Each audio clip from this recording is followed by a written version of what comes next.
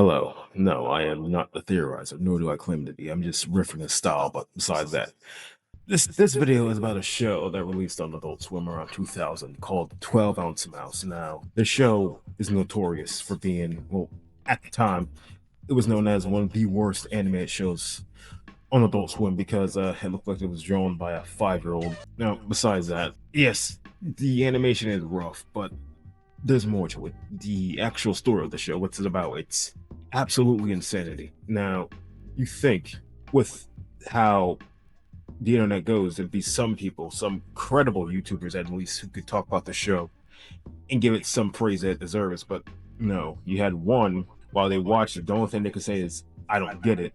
And then you had another, Mr. Ender. You think he'd give it? No, he would not give the show a chance.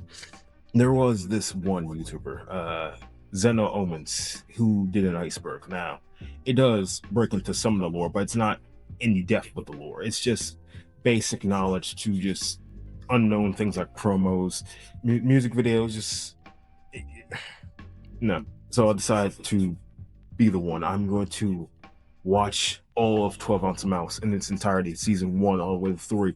I'm going to break down every single episode, and I'm going to try to analyze and see, decipher the lore of this universe. Originally, I wanted to do all the seasons in just one video, but after looking at the script, I can't do that. So I'm just going to break it into 3 parts. Yes, it's going to be another Berserk type video situation, but it won't be 3 back to back. I'll space them out. So give people enough room to breathe, especially me. I'm going to start with season 1, break down every episode. There's only 7, but I'm going to try my best to analyze every single one and understand what's happening in this world because I'm just going to say it's not normal. In the first scene of this bizarre ass show, we are introduced to 2 characters, Mouse Fitzgerald and Shark. Mouse here asks for a job from Shark. The job is simple: pick up and drop off a rectangular businessman. Take him to cheese factories. One thing that's apparent in this scene is the clock.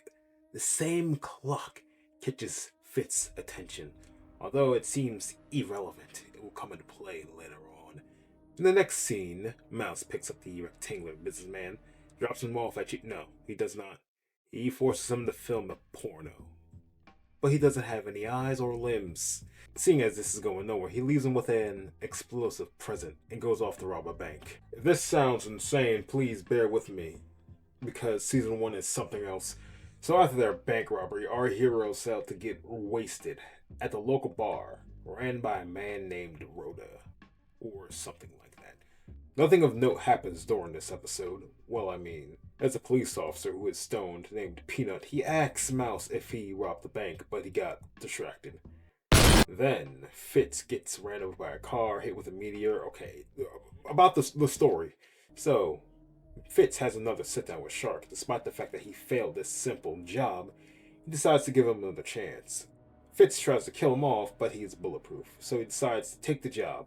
His next job is from a giant eyeball. In episode 2, the eyeball hires Fitz to capture Golden Joe. Who is that? You'll know later on.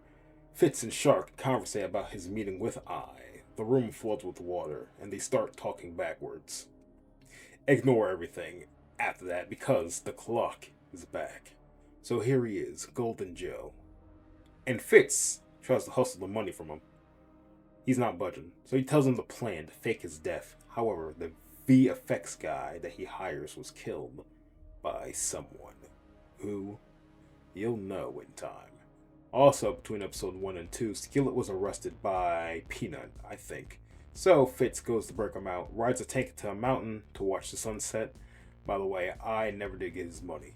Their next meeting, Shark is peeved with Fitz's inability to do a simple odd job, so he hires a ghost named New Guy to take his place.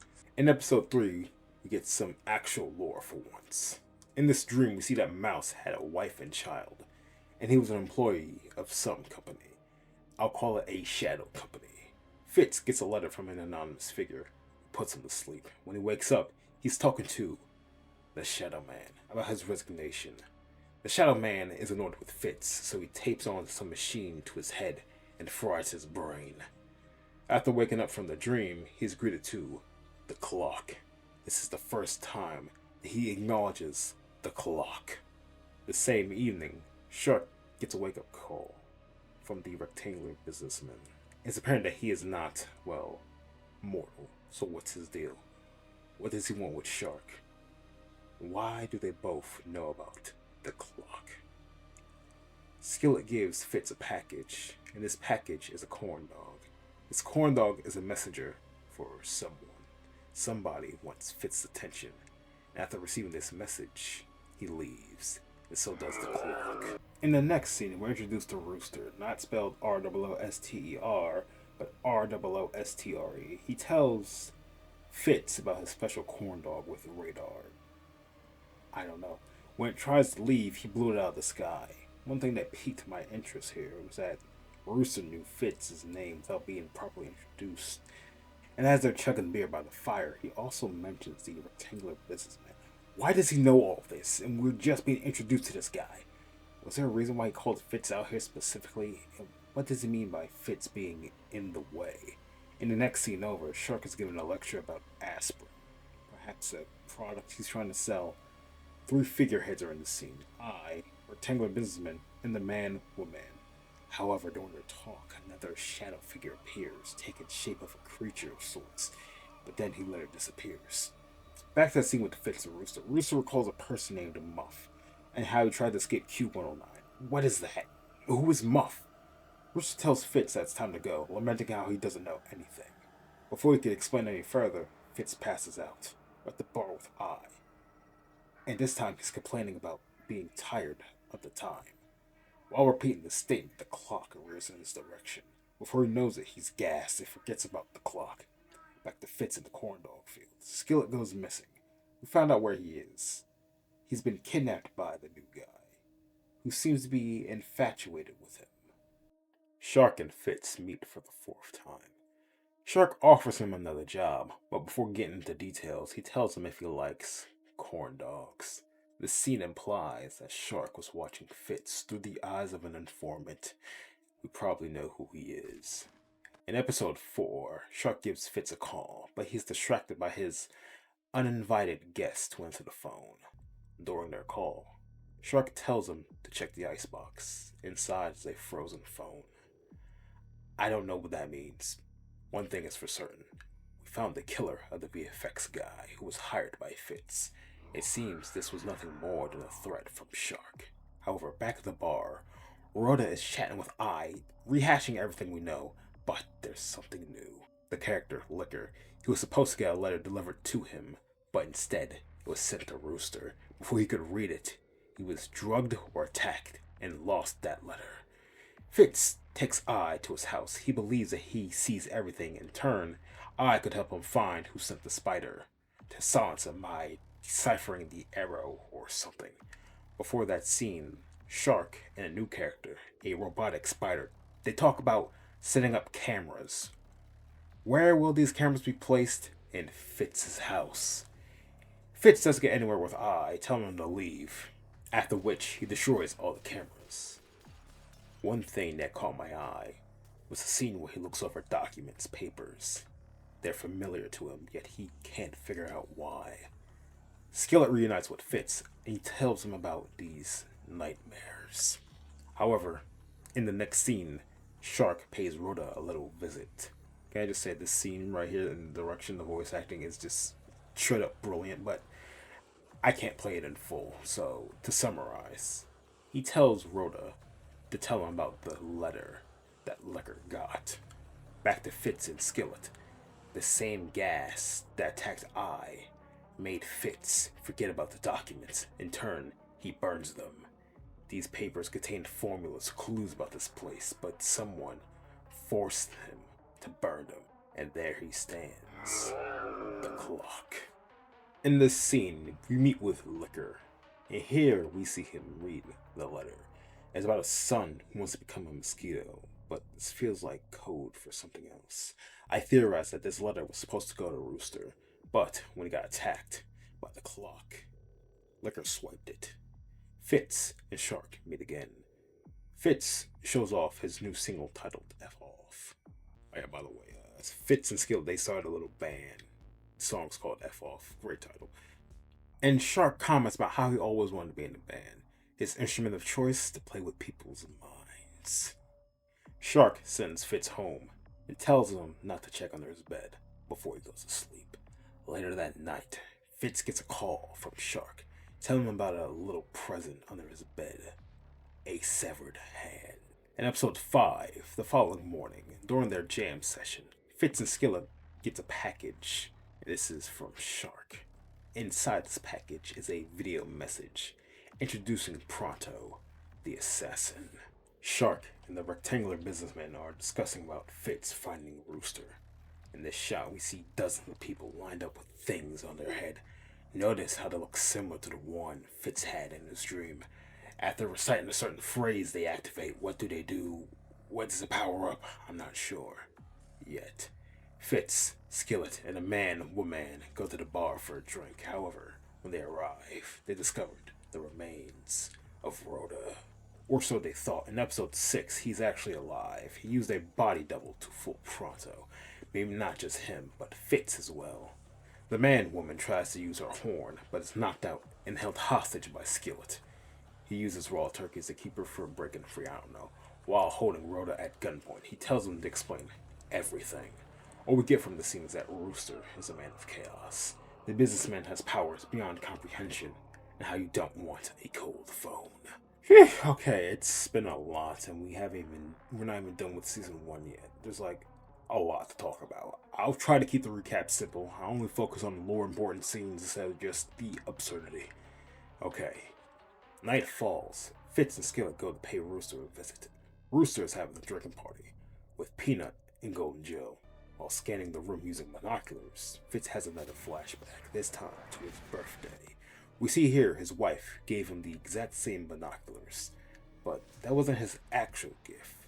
When she left to tend to their child, there he stood, the Shadow Man. Before Fitz's wife could react, she is tranquilized and presumably dragged away. After that moment, he snaps back and proceeds with the assault.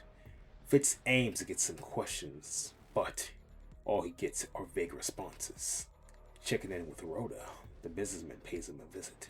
He tries to call Fitz, but Shark picks up on the other line. Rhoda goes to serve the businessman, but ends up getting sliced in half. Back in the corn dog fields, Fitz and the other are entrapped by the new guy and his alluring dance. Everyone makes a break for it, leaving the Skillet behind. Fitz tells the gang to take his car, head back into town, while he goes to rescue Skillet. After knocking out the new guy, they discover that Shark is having a little party, so Fitz plans to crash it. Rooster and the gang arrives, and Fitz follows. Rooster calls Fitz by his name, telling him not to go inside. But he picks up on this and asks him how did he know his name. Rooster tries to play it off, but it fails. As this conversation ends, it's revealed that Shark and Businessman were watching them the whole time. The eyes starts to annoy the both of them. So, they threaten his life. But Businessman tells Shark they should let the hand do the job. So he sends Pronto to reclaim the hand from Fitz's house. That was episode 6. That was episode 6. We're almost done. This is the finale, episode 7. We're almost done here. We have enough pieces for this puzzle, but before that, we need to see what's happening at this party and why Rooster warned Fitz. Now at the party, Fitz spikes a punch bowl and takes a drink. However, Liquor tells him that he shouldn't have came here. The world distorts, and the shadow figures appear in and out of his head, and soon, Fitz falls through a hidden bookshelf. Skillet tries to save him, but he's soon tranquilized by Shark. A few seconds later, we see that Eye is bleeding profusely. Then he passes out from blood loss. This is getting crazy. And that was the cliffhanger of season 1. So let me go into season 2 and just pick up where we left off. Okay, so let's see. Golden Joe and Peanut, they try to escape from Fitz's car. They use their pee to break the window. You paying attention? Okay, back to the party. Liquor presses a woman about the hidden bookshelf. She refuses the answer. In turn, Liquor knocks her out. Fitz wakes up in his old office. In front of him is a present. Inside is the necktie. Suddenly, his wife appears in front of him, and he urges him to put on the necktie. He realizes that this isn't real and arms himself. The necktie sheds its skin and reveals that it's a tie bot. The bot tries to attack Fitz. He shot it back, but it multiplied and drilled into his chest. Or is that what we think happened? In the real world, Fitz is outside the camera room, unconscious, and we see that Skillet is held hostage by Shark. At the party, Rooster and Joe comment about how lame it is. Besides that, we get the scene with Peanut and the woman. Not the man woman, the different one. This scene shows us a side of Peanut we've never seen. For the first time, he's not cracking jokes, he's not being funny.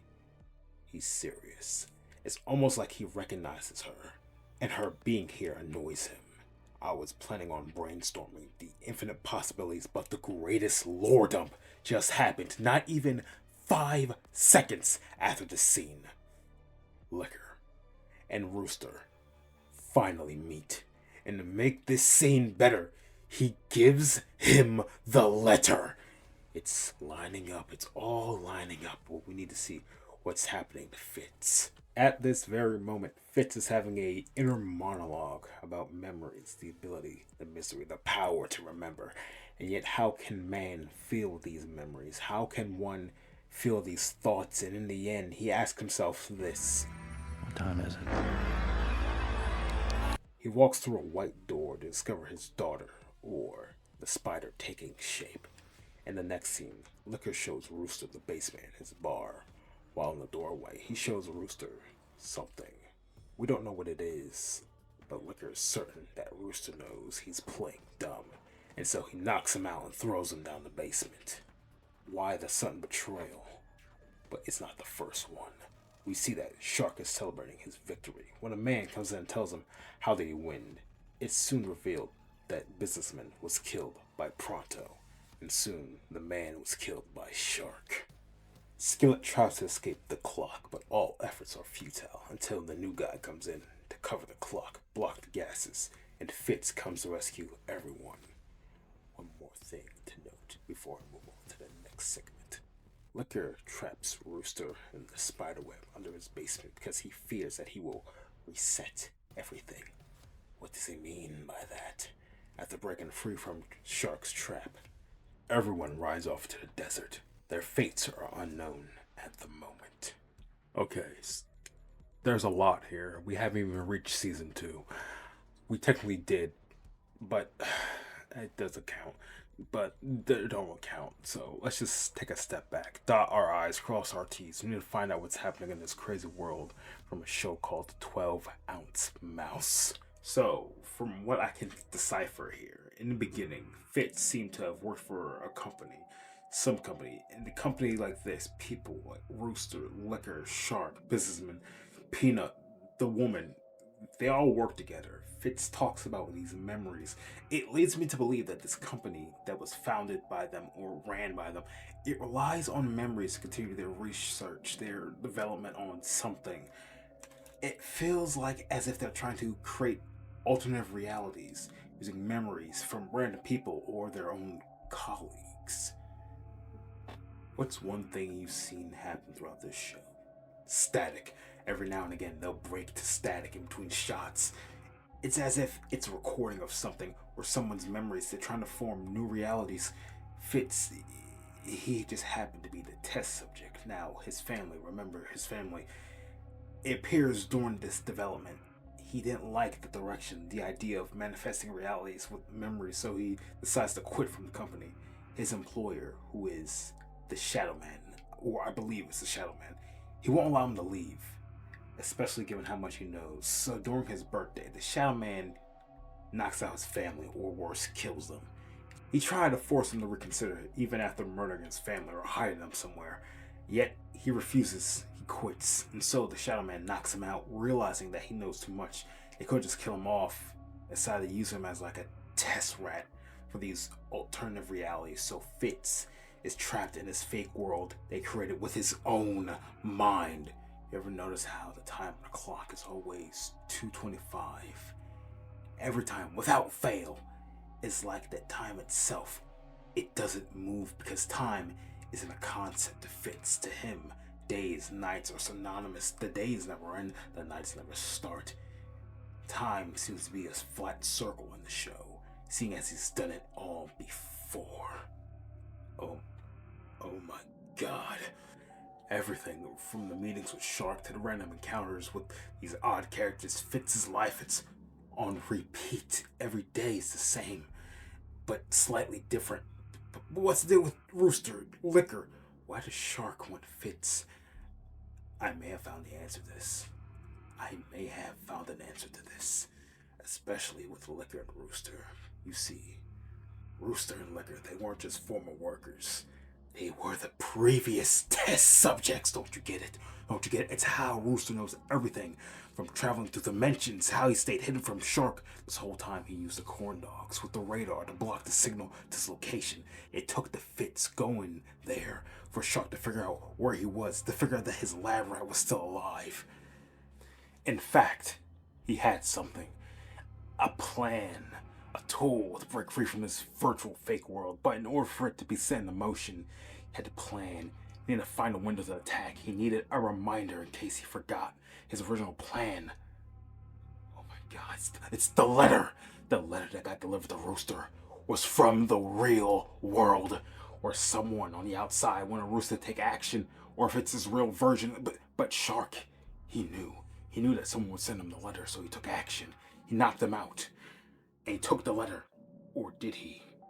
Shark didn't account for one thing. He didn't account for Liquor. Liquor was one step ahead.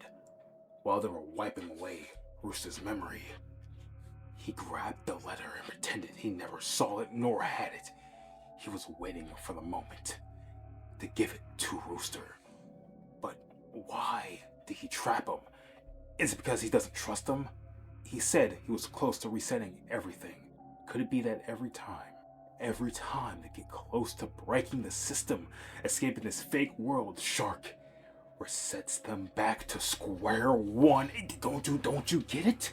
Rooster and Liquor, they, just like Mouse, they're trapped in this endless time loop. Every time they try to break this system, it would reset the world, the code that they wrote on the outside of the world. It's soft locks of progress. They can't advance. They can't break the cycle. But the Mouse could. And he was the one they have been waiting for. Now, I should stop because that was just season 1.